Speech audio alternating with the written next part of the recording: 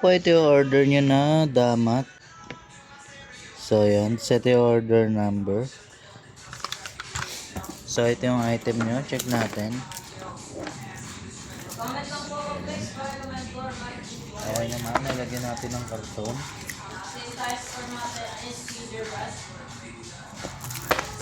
Harap likod yan.